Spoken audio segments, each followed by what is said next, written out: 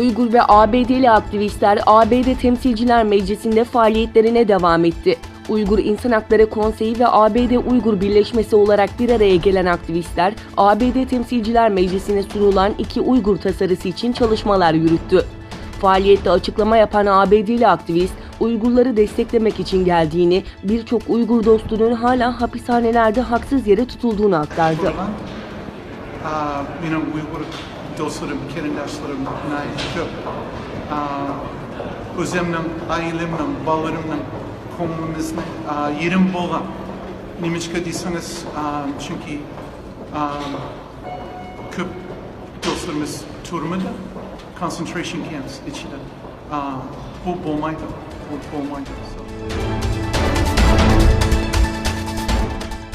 Çin'in Hong Kong özel idari bölgesinde halk, zanlıların ana kara Çin'e iadesini kolaylaştıracak yasal düzenlemeye karşı geniş katılımlı protesto gösterileri düzenlerken, bölge yönetimi söz konusu tasarıdan geri atmamakta kararlı bir tavır sergiliyor. Hong Kong Özel İdari Bölge Baş Yöneticisi Carrie Lam, söz konusu yasanın uluslararası hukuki yükümlülüklerini yerine getirmelerine yardımcı olacağını savunuyor.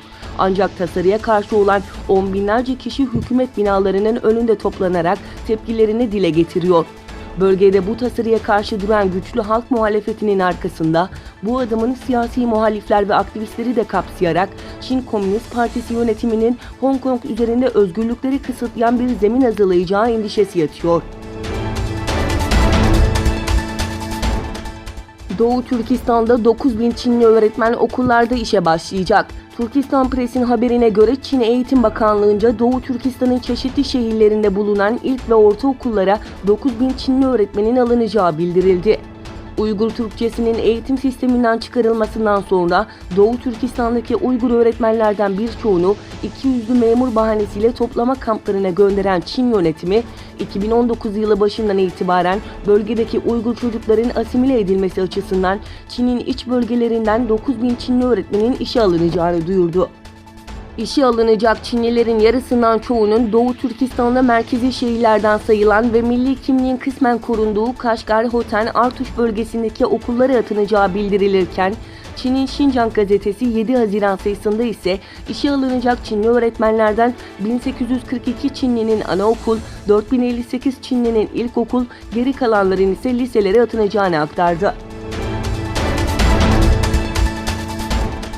Sahra Altı Afrika'daki stratejik noktalarda bulunan limanlara yatırımlar yapan Çin'in ekonomik ve ticari çıkar amaçlarının yanı sıra askeri nüfuz arayışlarıyla bölgedeki ABD nüfuzu ve Afrika ülkelerinin egemenliğine potansiyel tehdit oluşturduğu ileri sürüldü.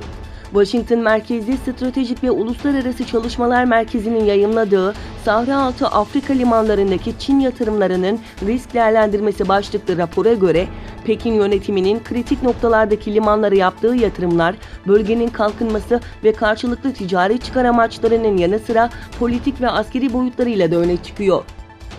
Çin yatırımları Sahra Altı Afrika limanlarındaki ABD nüfuzu ve Afrikalıların egemenliğine potansiyel tehdit oluşturuyor ifadesi kullanılan raporda, Pekin yönetiminin bölgede varlığı bulunan rakiplerine erişim ve potansiyel olarak sınırlandırma, olası çatışmalar sırasında limanları kullanma ve istihbarat toplamalarına mümkün kılan Çin altyapı projelerine ilişkin detaylı bilgilere yer verildi.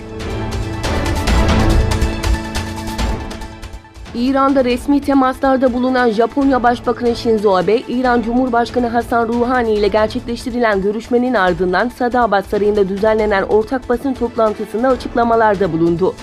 İran'ın bölgede ABD'de dahil hiçbir ülkeye karşı savaşı başlatan taraf olmayacağını ifade eden Cumhurbaşkanı Ruhani, ancak İran'a karşı bir savaş yapılması durumunda buna kesin yanıt vereceklerini söyledi.